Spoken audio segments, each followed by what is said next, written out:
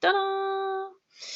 So I hope you all had a lovely weekend. I can't believe it's the 29th of February. How crazy is that? Um, so once in every 4 years, is it the 4th of February? The 29th of February? Isn't that just amazing? And you guys have had a stonking month. You've had a really, really good month. We've got recognition. And it's a shame Lynn's not on the call. We'll get started because Reena's going to come on at 9, and she's going to need about 20 minutes, half an hour. And I've got about 30 slides to get through before she comes on. So let's just get started. But we have got a recognition, and I'm hoping Lynn will come on shortly, because she's now a supervisor, which is just brilliant. So well done, Lynn. I'll have to re-say that when she comes back on the call, which is great. That's what it's all about. This is what this is all about, is promotions and getting people up the marketing ladder. And I haven't put this on here, but Rochella, in her second month, has done 12 case credits. That's just amazing. Okay, that's just fantastic. Right, give me 2 secs because Claire's telling me that she can't get on the call. Oh, I've sent her the wrong link. Bear with me a second.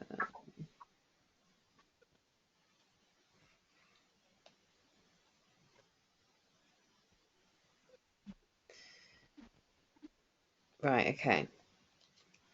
So well done, Lynn, which is great. And Rochelle, 12 case credits is bloody marvellous. You'll be supervisor next month. Bronwyn's had the best month ever. Mia has, she's going to have 4 case credit pins coming out of her ears. So well done, everybody. You've had a really good month. And this is just the start. And remember, we were talking about last week about once you get to supervisor, this is the time when it's the massive action. Could someone Leanne, can you do me a favour and send Claire the link that you clicked on, because she's telling me that she can't get on it and it's coming up with the networking professionals, which is the wrong link anyway. So it could be my... Yeah, no worries. Yeah, send it to her. Yeah, cool. Thanks. So well done, Lynn. What I thought I'd do is, when we were at Success Day, Emma Cooper listens to TED Talks with a chap who talks about leadership a lot, and I've completely forgotten his name. So I've been listening to some of his leadership calls, and actually he's very inspiring, and I thought I'd just talk through some really key things that I've learned from him this week about great leaders and how they inspire. So we'll talk through this, and then we're going to have Reena on the call, and she's going to talk about her journey to manager. So how do you explain when things don't go as you assume? How do you explain when others seem to be able to achieve things that defy all the assumptions? And I know we've talked about this at length before. So you've got ordinary people achieving extraordinary things. So if you use Apple, I mean, I know they're a company, but if you use them as an example, why are they so innovative? So year after year after year, they've got more innovation than their competition. And actually, Apple are quite close to my heart because my brother works for Apple, and he actually is in the technical team. He knows what's happening with the new iPhone way before we do. He travels around the world to make sure it works in all the different countries. So he's got quite a high up, very confidential, in inverted commas, job. He's not allowed to tell me anything, which is quite amusing when I'm trying to badger him for stuff. But if you think about it, year after year after year, they are more innovative than anything else, and yet they're just like everyone else. They've got the same access to the same talent, the same agencies, the same media, just like we have got access to the same box, the same training and everything. And it's like the Wright brothers. Why did they achieve flight first? There are other businesses with loads more funding, more equipment, but they did it first. So all the great inspiring leaders in the world think, act, and communicate in exactly the same way. And it's the complete opposite of everybody else. They are just made up of a completely opposite way. And I found this really, really interesting. So he talks about the golden circle. So from the outside in, you've got the what, and then you've got the how as you come closer in, and then you've got the why. And it's just the way that our minds work and the way that leaders work. So this explains why other leaders are able to inspire when others aren't. And this is the key, being a leader, is inspiring others to work and be committed, which we know in Forever is always very, very difficult. So every single person and organisation on the planet knows what they do. Some know how they do it. So if you're a company, it might be like a unique selling point that you've got. Very few people know why they do what they do. And by why, we don't mean profit, because that's a result. But why, we mean, what's your purpose? What's your cause? What's your belief? Why do you get out of bed in the morning? All the stuff that we've kind of talked about before. And when you're looking at it from a leadership point of view, it's really interesting. So the way we act, the way we think, and the way we communicate is from the outside in. So we go from the obvious to the fuzziest thing. You know, we know what we're doing, but why we do it is probably the fuzziest bit. So inspiring leaders communicate from the inside out. So for example, this is Apple, okay? So if they did it from the outside in, they would say something like, we make great computers, they're beautifully designed, simple to use, and user-friendly. Do you want one? Okay. If you do this from the outside in,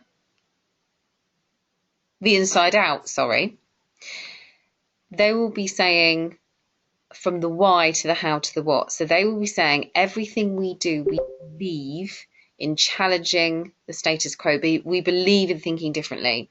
The way we challenge the status quo is by making our products beautifully designed, simple to use, and user-friendly. We just happen to make great computers. Do you want to buy one? So it's a completely different way round. Does that make sense? Let me just open this so I can see it. So if you think about the Forever business opportunity, if we did it from the outside in, so if we're talking to people about the opportunity and we say, look, we offer people a great business opportunity and a healthy way of living by helping people to build a business from home around the commitments. Do you want to join? But if we do it from the other way, we believe that we've got a life-changing opportunity underpinned with amazing products. And the way we do that is to help and support you build a business around your existing commitments and to help you to achieve your dreams and the lives of others. Do you want to be a part of it? So it's looking at it from a different perspective. And the key is people don't buy what you do, they buy why you do it. And this is why the inspiration. So the goal is not to do business with anybody who needs what you have. It's to do business with people who believe what you believe. And that's the key. And actually, this kind of hits the nail on the head. When I look at people that I sponsor and who actually does, it's not people that need what I've got. It's not people that need what you've got. It's people who actually believe what you believe. They believe that by doing something different, by going out of their comfort zone, by joining a multi-level marketing company, they can live a life that is different to normal people in the rat race. And they believe that it works. They believe that they can do it. That's the key. So people don't buy what you do, they buy why you want to do it. And actually, it's not just an opinion, it's human biology, which is even more interesting. So the human brain is broken into three major components. You've got your newest brain, which is the neocortex.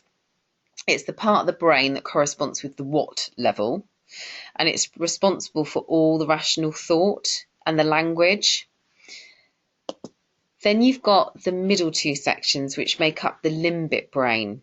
And this is responsible for all of our feelings, such as trust and loyalty. And it's also responsible for human behaviour. So all the decision making, but it's got no capacity for language.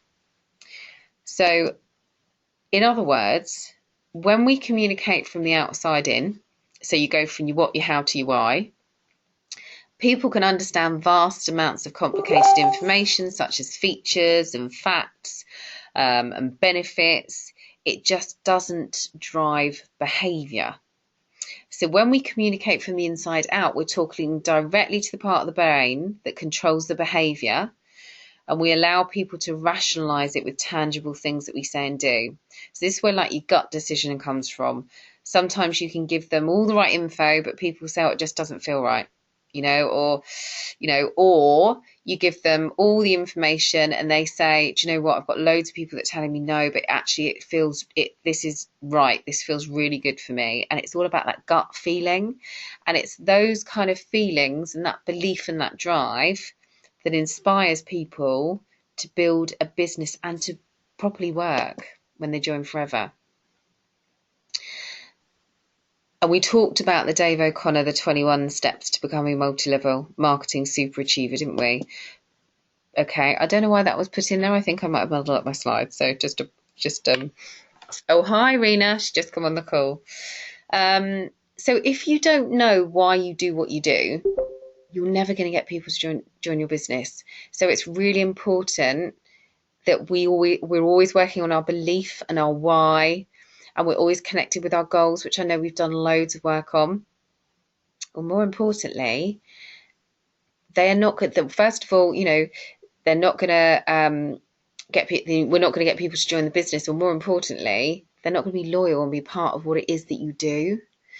And if you look at people like Emma Cooper, Natalie Healy, you look at that culture, you look at Diana Page, you look at the culture that they've created of people wanting to do because they believe what you believe. So the goal is not to recruit people who need what you have. The goal is to recruit people who need... Oh, I've just completely repeated that, haven't I? The goal is not to recruit people who need what you need. The goal is to recruit people who believe what you believe. That is supposed to say, okay? So if you recruit people that want some money, they'll work for a bit of money.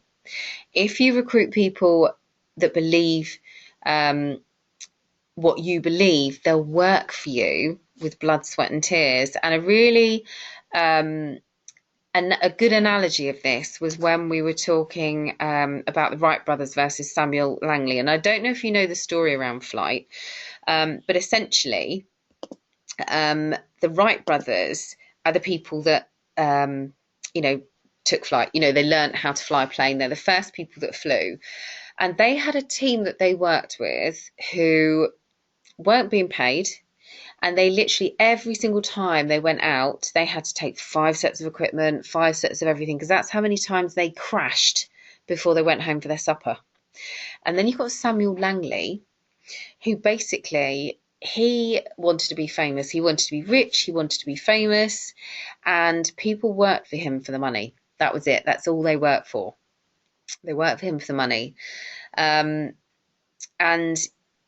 when the Wright brothers finally took flight, he quit that day. Samuel Langley completely quit. Whereas if he actually, the Wright brothers believed that if they could take flight, they could change the way the world worked. They absolutely believed that that's what they could do.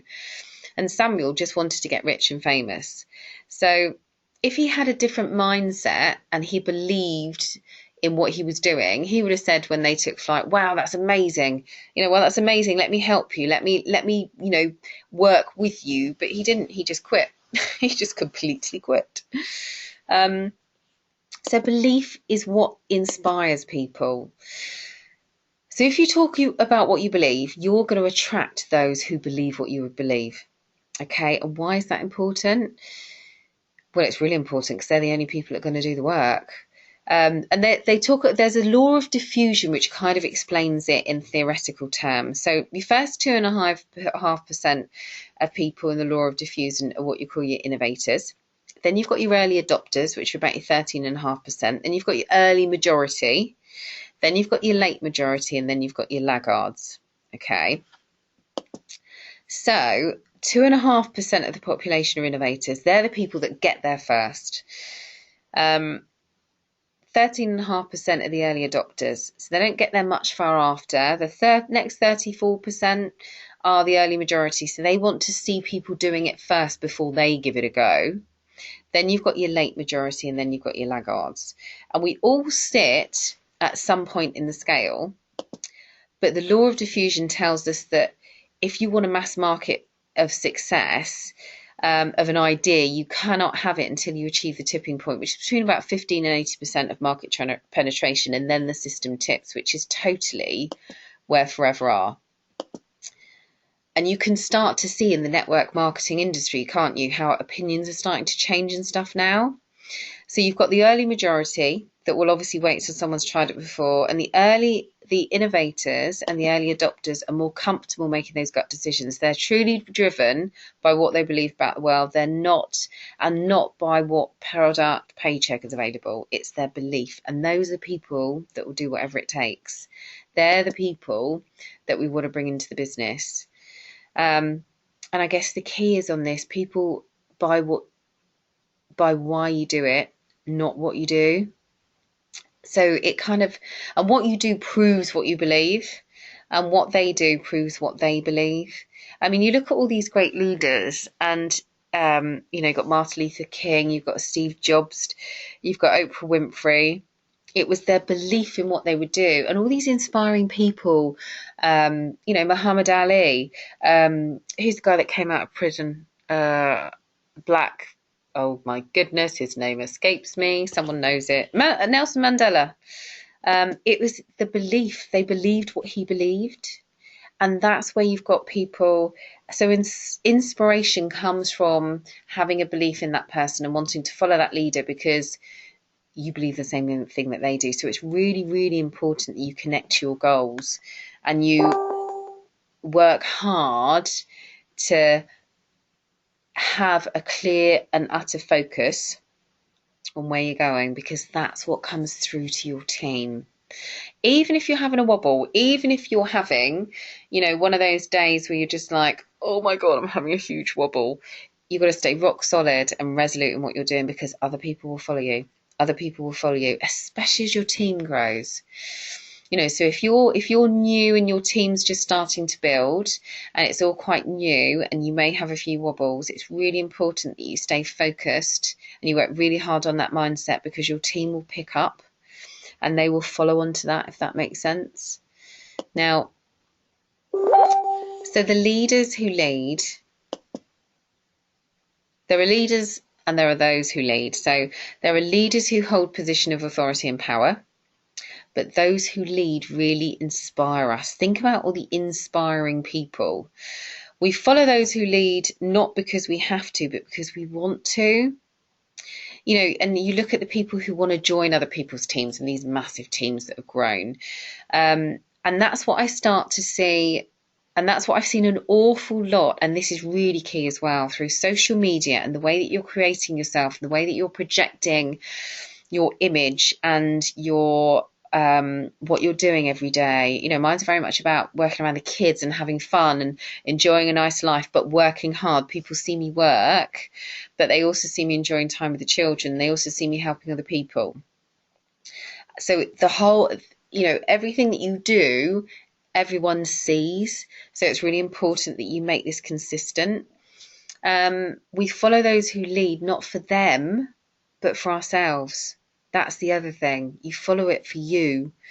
And it's those who start with the why that have got the ability to inspire those around them and find others who inspire them as well.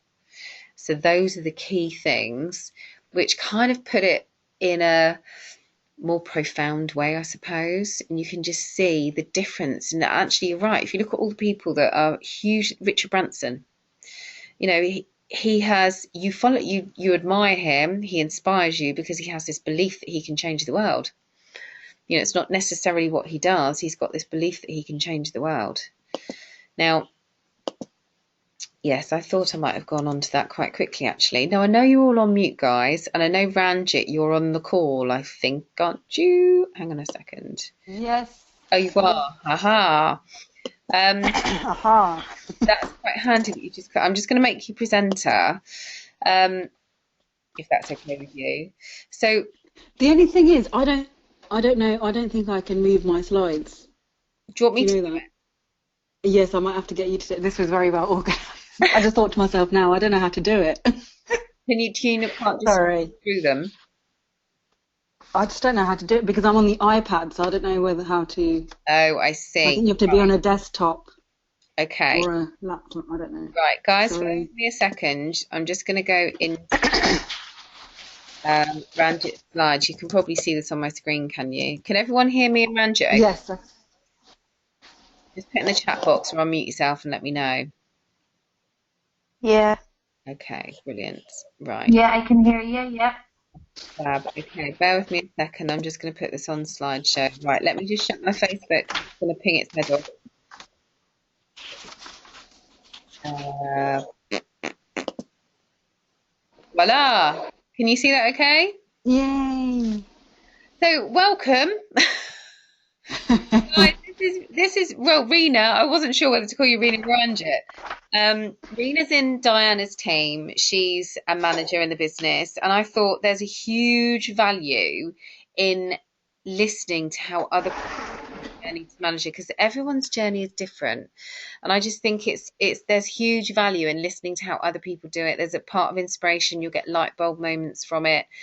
So I'm really, really grateful. She's just done a gym tabletop and rushed in to do this call for me.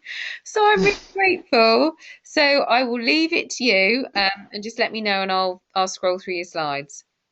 Okay, thank you. And I expect a massive muffin at the next Rolling Snowballs training. You expect a what? Massive what? A massive muffin. Oh yes, you will.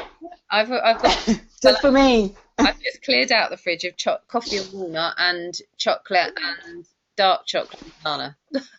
Yummy. Okay, right. She's a tease. Yeah. Thank you. Hi, everybody. My name's Ranjit or Reena Cha on Facebook. There is a story behind that, but I won't actually tell you that tonight. So as Claire said, I'm a manager in the business, and I only actually became manager in August last year. So I was a Managers Summit qualifier, which was a really good event, and I'm a level 2 network marketing pin holder as well. So that's my little accolades. So next slide, please, Claire. So what I've been asked to do with you tonight is just to share my journey to manager and what changed in my business to get me there. So first, let's start off with my background. I don't know if you guys know me at all. You probably don't. So my background is that I'm a lawyer. I've been a lawyer for nearly 11 years now. And 4.5 years ago, I had my little girl. So I've always been a professional. I've worked since the age of 16. I was the main breadwinner in the household. So I had to, after I had her, I had to actually return back to work part-time. But part-time meant 4 days a week. I needed to have Fridays off. A year later, because due to finances, I had to actually return back to work full-time, which meant my daughter, Maya, who's in the picture there, had to go into nursery full-time, which is quite sad because you choose to become a parent, don't you, become a mum, because you want to be able to spend that time with your children. And I wasn't able to do that. I wasn't able to give her that time that she should have had when she was a lot younger. Coupled with that, I have an extremely crazy social life. I'm from an Indian background. I don't know if you have many Indian friends, but we have many, many weddings, many pre-wedding functions. Our whole life is just about weddings and pre-wedding functions. And literally that's every weekend is my social life is nuts. And the reason why I joined Forever was because I wanted to obviously have more time with Maya. I wanted to get to a point where when she went to school, I wouldn't be that mum that would drop her to school at 7:30 and pick her up at 6:30. I want to be that mum that would drop her off at 8:15 or whatever time they start school, pick her up at 3:30, do her homework with her, have her dinner ready, do everything that I need to do. But at the same time, I also want financial freedom because, I've always earned a good income and I wanted to better that. And I want to be able to give her things that my career, believe it or not, as a lawyer, could never give her. Things like private education or just, allowing her to go to clubs that she wanted to go to. Because cost of living nowadays is quite expensive, and being a lawyer, even though it's a profession, doesn't actually help cover that. I also wanted time because, as you can tell from my busy life, I don't actually have any time for myself or for quality time to spend with my family and things like that. So that was something that was really important to me. So when I looked at Forever, what stood out for me was the fact that I could earn an uncapped income around my daughters, have more time with her, and also have that time, which is something that is so precious that you don't get back. So next slide, please. So when I first started in the business, I joined in mid-November. I became supervisor by the end of December, so I did it within 6 weeks.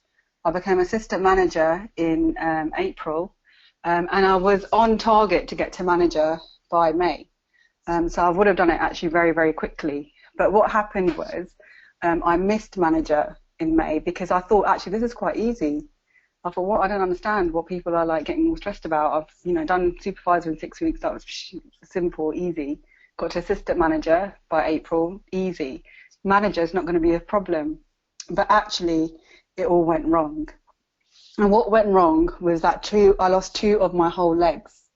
So I had 3 active legs at the time when I got to assistant manager, and 2 of them just basically decided that, they don't want to do it anymore. Because a lot of people realise that it's a lot harder. This business is a lot harder than what it seems. And obviously their goals are not your goals. So my goal was to get to manager by May, but their goal was not to get to manager by May, or, try and leave work or whatever it was. They were just not focused enough on their goals or wanting to achieve their goals to be able to carry on with the business. They thought it was too much hard work and not really worth it. So they didn't actually share my vision. So what Claire's been talking about earlier on today, they didn't share my vision. So basically I lost two whole legs. My business actually collapsed. So I spent quite a lot of time apportioning blame. I blame the fact that I lost 2 whole legs. And my remaining leg wasn't really doing much. They were I had 2 supervisors in that leg, but actually they weren't really doing anything. And I was kind of trying to pull them along and drag them up, forcing them to kind of do things. If I look back at it now, I feel quite ashamed of myself actually, because I was trying to force them to do things that really I shouldn't have done. I shouldn't have put that pressure on them, because I was trying to force them to do things so that I could get to manager. So I was not focusing on them, I was focusing on myself, but still blaming them at the same time. I wasn't taking responsibility. I didn't accept that it was my fault. Not my fault that my 2 legs have collapsed. Obviously, they don't know how to work hard enough. Why can't they work as hard as me? And I remember saying this, I used to have these conversations with Diana all the time. I thought, I don't understand. I said, why can't they work as hard as me? I do this, this, and this. And I still manage to fit it in. Why can't they fit it in? And I wouldn't take responsibility that something in me had to change, and the way that I looked at my team had to change. I lost focus. I wasn't really focused on my business, especially when it started going downhill, because then you kind of think, you feel a bit despondent, and you start getting a bit complacent, don't you? So I lost focus completely on, rebuilding my business. And I just kind of was I had a bit of a laissez-faire attitude towards it. And because of that laissez-faire attitude, I was not really doing any activity. And looking back now, I'm quite ashamed to admit it, but between June of 2014 to December of 2014, I only actually recruited 2 people in the whole of those 6 months. And that's actually quite shameful. No wonder my business was not moving forward, but I wasn't looking at that. I was blaming other people. So next slide, please. So what changed? So I attended a goal mapping training. I don't know if any of you guys attended the one with Brian Main in November. But the first one that I attended was one that Diana did in January 2015, I think it was. And that really completely changed the way that I looked at the business, because it made me focus on my goals, and it made me look at and think about how I was going to reach those goals.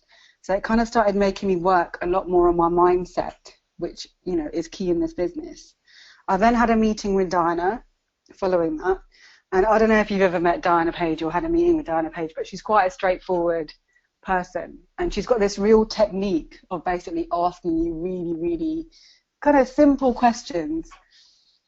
And you'd think that, they're quite easy questions to answer, but actually you're sitting in your seat and you're squirming and you're really thinking to yourself, I really need to, what is it? She really makes you question what you're doing. So she told me that I had to work on my mindset. She said, your mind is not in it. You're saying that you want it, but actually, really, do you want it? Do you really want to leave work? Do you really want that uncapped income? Because at the moment, your activity is not matching what you're saying, and your mindset is not matching what you're saying. So what she recommended me to do in that meeting was to read The Law of Attraction. So I don't know if any of you have read The Law of Attraction. It's by Michael Kosler, and it's a book which talks about shifting your thinking. So it's about, thinking rather than thinking negatively, thinking more positively. And what it does in the book, it's got like a whole bunch of activities which you need to complete. So it's like a workbook as well as a reading book. And as you work through it, you kind of feel and realize how mentally your mindset shifts from the negative to the positive. So how you phrase things, I am going to do it, rather than, oh, I think I'm going to do it. You start thinking in a very different way. Coupled with that, I watched The Secret, and I'm sure many of you must have seen The Secret. And to be honest with you, being from a lawyer background, this kind of stuff, it was initially, I used to think it's all kind of, a bit antsy-pantsy, really like fairy talk, not really something that, real people think about. But actually, when you sit down and think about it, it makes a lot of sense. And last year, I actually worked so much on my mindset, and every morning I would think of something positive. I had my goal boards everywhere. I used to send positive messages in my group WhatsApp, in my team WhatsApp. My whole thinking is a lot more positive. And I've learned from that, by doing that, by changing your mindset, you kind of attract positivity in your life. And it does work. And although it might sound a bit, airy-fairy, it's not actually. And I was quite surprised to see how actually powerful it is. I also had to learn the skills of being a network marketing professional. As a lawyer, I had to train 6 years to become a lawyer. I've worked 11 years since then. And now I would say I'm quite, good at what I do, because I've been doing it for so long. I can go into court instantly. I don't even have to read a case. I know someone can just tell me, and I know what they're telling me. I feel I'm that good, skilled in terms of my skills as a lawyer. So this profession, this business, being a network marketer, is a profession. So that's something that you need to master. And in order to master that, you need to learn the skills of being a network marketer. And the skills of being a network marketing professional is learning the language. So Sarah Montgomery and Cayman Tandon did a whole slot on learning the language about the business. It's a really, really powerful webinar that they did.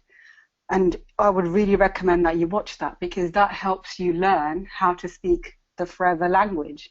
Because there is a certain way that you need to communicate with people when talking to them about the business, about the products. There are those skills that you need. I also had to develop skills of being a leader, because clearly my business lacked leadership. I was recruiting initially, got myself to assistant manager, or my team helped me to get to assistant manager, but I was not leading them. I didn't know how to lead my team properly. So I needed to learn and develop, learning the skills of becoming a leader. So I read Grow Pro. That's a book that's recommended quite regularly. That again is helpful in terms of how you would make your calls, how you would approach people. And then obviously 79 network marketing tips. This is all the reading that I did last year, together with The Law of Attraction and The Secret, to try and get my mindset, to try and enhance my skills. And one of the other things I did is I never missed a training. And to this day, I very rarely miss trainings, because I think trainings are so, so important in this business. I mean, we think that we know everything. And yeah, you might be hearing the same thing again and again, and it's repeated to you again and again. But actually, you might come away from that training learning something new that day. Or, although you think you know a lot about, how to get people through the cycle, sometimes there's certain skills that need to be developed that little bit more. You've got them too, like Diana always says to me, you've got certain skills that are like 99%, but now you need to develop them so they're 100%.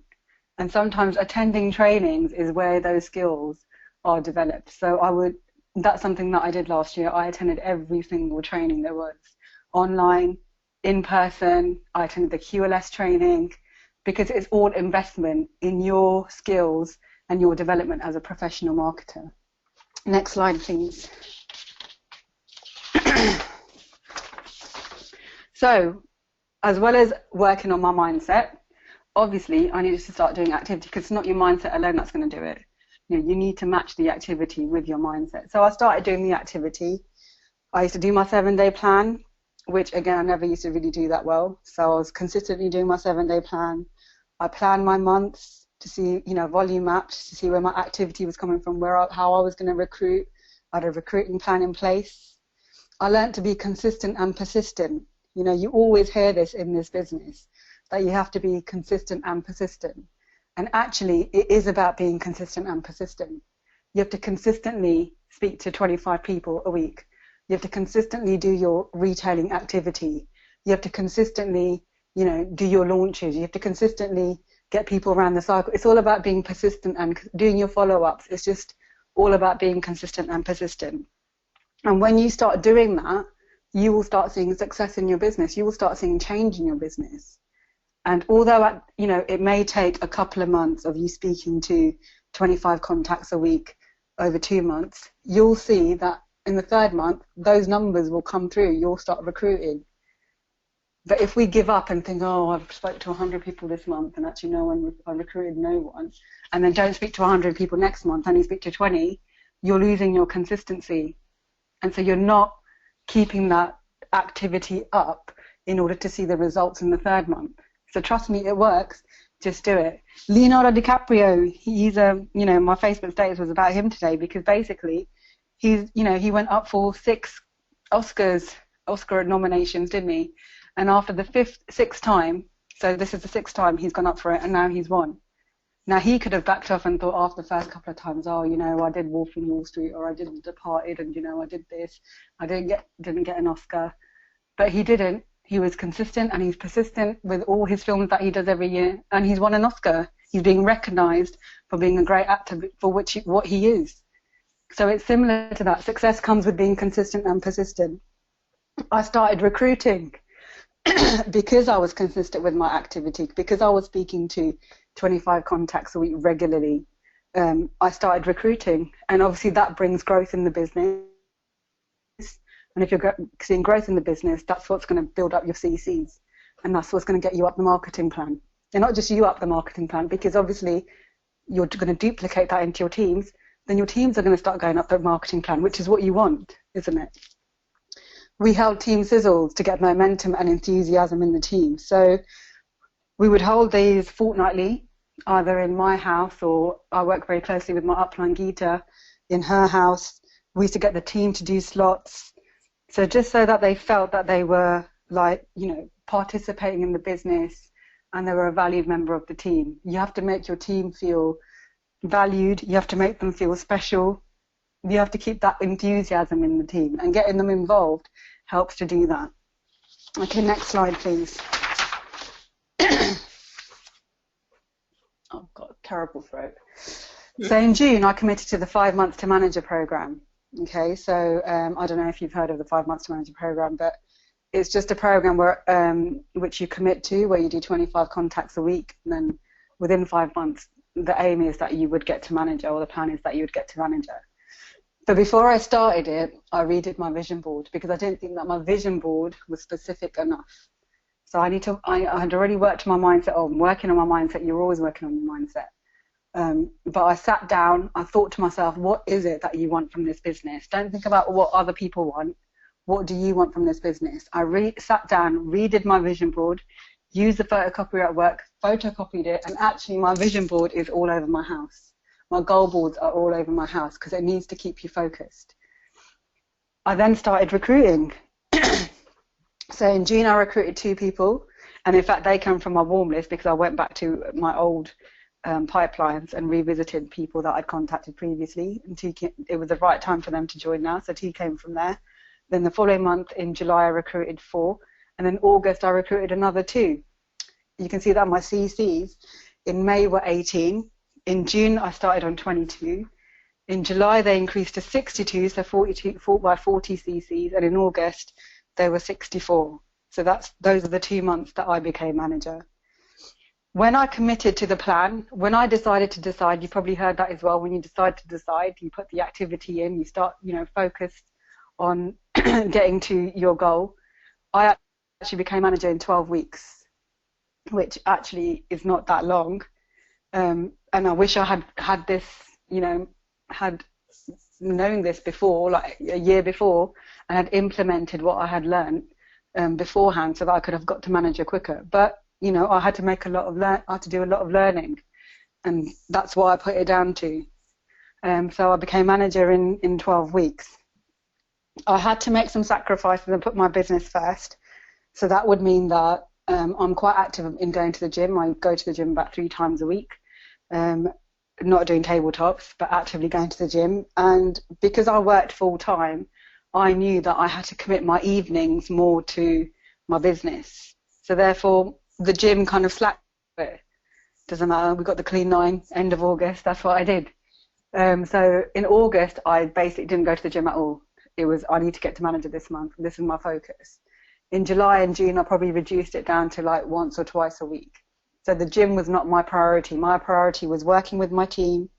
It was helping them do product launches, doing their planning meetings, helping them recruit, duplicating. That's what was my commitment to myself and to my business.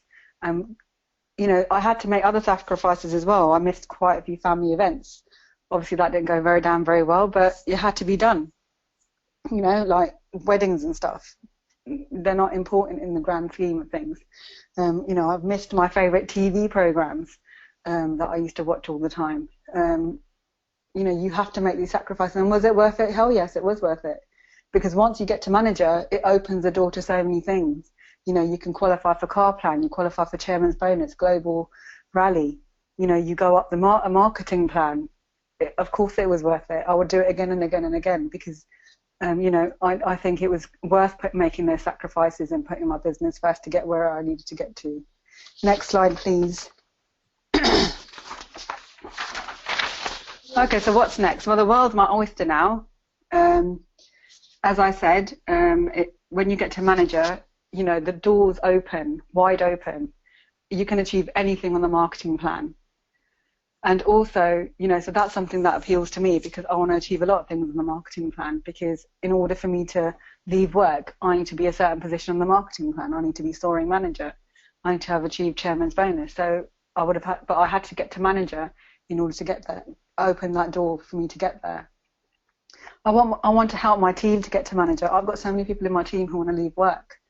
And in fact, one of them did leave work. And, you know, it makes you just feel so, I don't know, it's like such a great feeling that you're helping someone achieve their goal. Their goal is to leave work.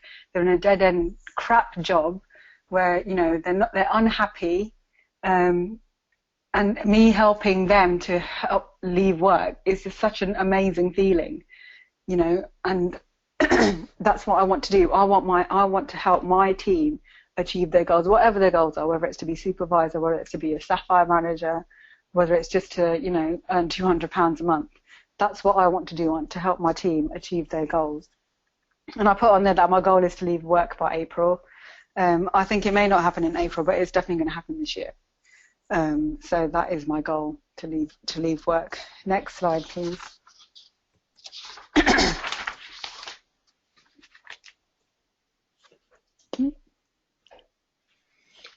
Okay, hang on a second, it's frozen.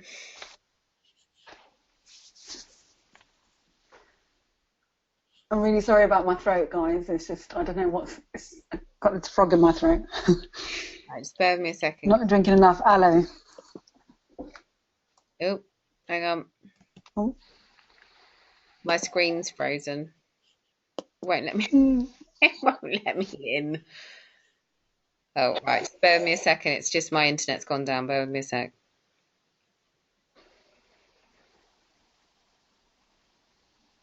Come on. Sorry about this. Okay. Okay. It really has gone down. Okay, well, I'll just talk. Okay, so my top tips. My top tips are to have a positive mindset. I feel that the key to my success, or part of my success, was to have a positive mindset. And I've realized that having that positive mindset, it actually changes everything, not just in your business, but in life too. So what I do in order to encourage that is that we have a team WhatsApp, as I said. So every morning without fail, I will post a positive quote in my WhatsApp group. and that then makes the team feel really positive in the mornings because they're seeing something positive as soon as they wake up. I also have a gratitude diary, and basically in that diary I write 3 things which I'm grateful for every morning, whether it's, you know, I'm the hot having central heating because it's bloody freezing outside, or, you know, eating nice food the night before, or, you know, getting a new team member, whatever it is. It doesn't have to be business related, but whatever you're grateful for, you need to sit and think about and just write those things down, 3 things down every day. And actually it just changes your whole day, because you're starting your day off in a positive way. And then you start looking at life in a positive way, and you start approaching things in a positive way, and then you start seeing that actually there's things that are attracted, positive things start attracting to you. So whether that's people or growth in your business, it does happen. The biggest thing also is that you need to remain focused, and that's why you need to make sure that you have your vision board. Your why needs to be super, super strong. Just like Claire was saying, you need to know why you got involved in this business in the first place, because otherwise you're not going to have focus. And when you do have issues that come up in your business, or, you know, you have a shit day, you know, you're just going to think, oh, it doesn't work. And you know what, I can't be bothered to make my 5 calls tomorrow because it really doesn't work. I had a really crap day. But if you're focused in why you're doing it, and that's why in the first meeting, the first page of the first steps to manager are your goals, and then you really understand why that's important, because those your vision board and your why is what's going to make you get up out of bed half an hour earlier. It's going to make you get out of bed and get into bed an hour later. You know, it's going to make you pick up the phone and do those 5 calls that you need to do, make your new contacts. I think that's really, really important, and it's really important to put your vision board everywhere. I've even got my vision board at work, next to my desk at work, and my boss has seen it. And do I care? No. Because to me, that's what's more important to me. Obviously, I don't advise you to do that because, you know, you might get sacked. But, you know, what I'm trying to say is that make sure you keep it everywhere, and so that you're constantly looking at it and it's constantly in your head.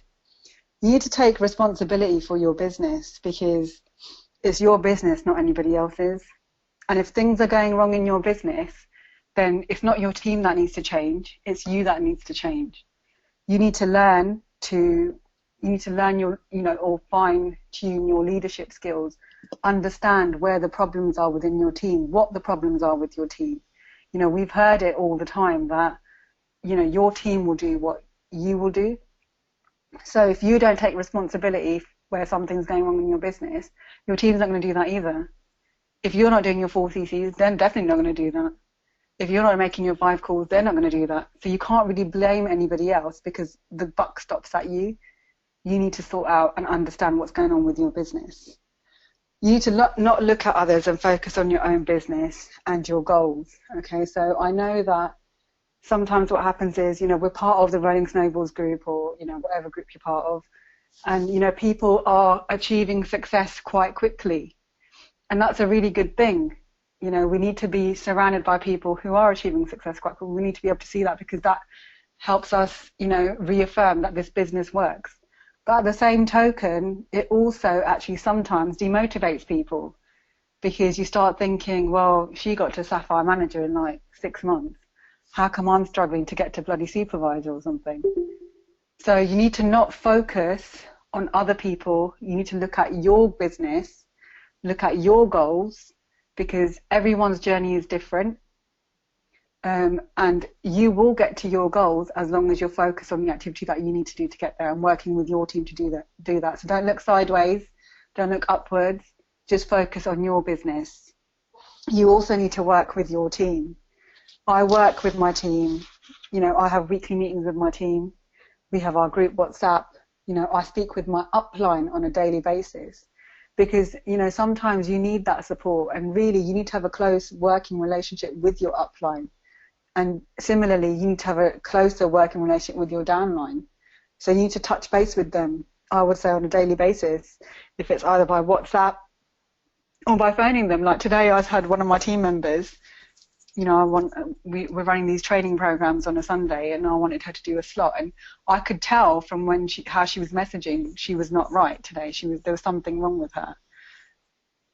firstly, you need to know her as a person to be able to, you need to be able to speak to, you should be speaking to them regularly to know them and get to know them as people. And she's a she's actually one of my front lines, down lines, so she's not even directly under me. But I'm working with her, in the business. And I phoned her, and there was something wrong with her. And she obviously appreciated that I made the effort to do that. And that's what you have to do. You're working with people, and at the end of the day, they haven't got just CCs on their head. You shouldn't be thinking about their CCs. They're people. You're trying to build relationships with them, so you have to work really closely with both your upline and your downline, and that's the only way you're going to have growth in your business.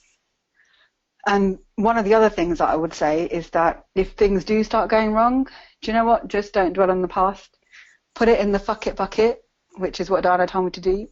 Just put it in the fuck it bucket and move on. If today was shit, doesn't matter. Tomorrow's a new day. It'll be better.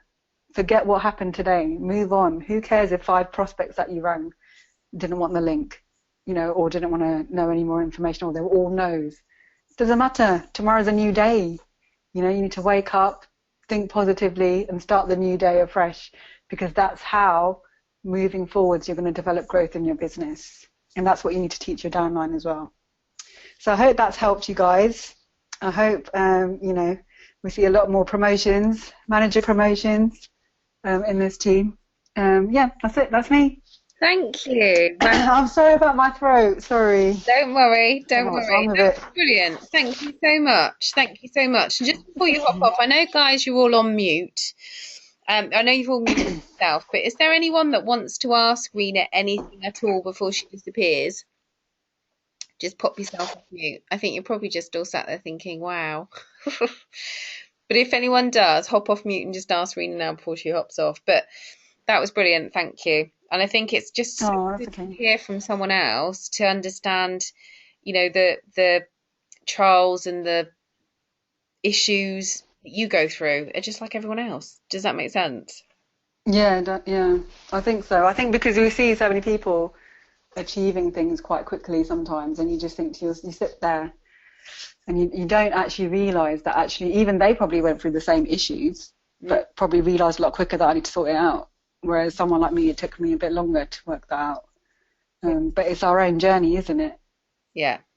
So we're just have to take it. Brilliant. Thank you very much. Very grateful. You're welcome. Good luck, ladies. Thanks again. Take care. All right. Bye. Wow. That was great, wasn't it? Okay, so we're just going to finish off on a couple of things just to go over very briefly the incentives that we've got. So don't forget, we've got our 10cc incentive, personal CCs. So if you do those over 3 months, then you get your £100 vouchers. And then I'm not sure if Claire and Leanne are aware of the Diamonds and Sapphires retreat incentive that we have. So remember, anyone who achieves assistant manager or manager by the end of August, you've got plenty of time, but obviously we need to get a good scoot on to do it, including your downline. We'll get to go to the Penny Hill Spa and Hotel between the 9th and the 11th of September. So we'll have speakers, you'll get time to relax, all your expenses and your accommodation will be paid. And of course it can go to your downline too, which is great. Don't forget all the trainings we've got. We've got supervisor boot camp tomorrow. And guys, I did put a post on the group actually, just asking if there was any particular topic that you thought would be ideal to go through with the supervisor boot camp tomorrow, but I didn't have anyone come back to me. But I think what I'm going to do, and we're going to get as many people on the call as we can, so I want to make it as interactive as possible. And I think what I'm going to do is talk through people's whys, and get them to talk through what their whys are and why it is so important to them. And I think, even getting people on the call and speaking about it, I think would be really important. So we'll focus on that tomorrow. Don't forget the tickets for the June Success Day have gone on sale now. So you'll need to get those. And I guess moving forward, mindset, that's really key. I know some of you are now doing the 21 mindset, 21 super achiever mindset steps with Dave O'Connor. which I'm also doing as well. It makes a massive difference, about 20 minutes every morning. We've already talked about time management, consistency. There you go. Reena was talking about consistency as well, wasn't she?